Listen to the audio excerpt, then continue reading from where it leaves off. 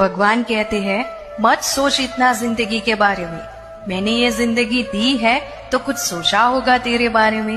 हमारे किसी काम में विलंब हो रहा है तो उसे ईश्वर की इच्छा मानकर स्वीकार करना चाहिए। जिस प्रकार हर माता पिता अपने बच्चों को उत्तम से उत्तम देने का प्रयास करते हैं, ठीक उसी प्रकार ईश्वर भी अपने बच्चों को वही देंगे जो उनके लिए उत्तम होगा। ईमानदारी से अपनी बारी की प्रतीक्षा करें। हरे कृष्णा।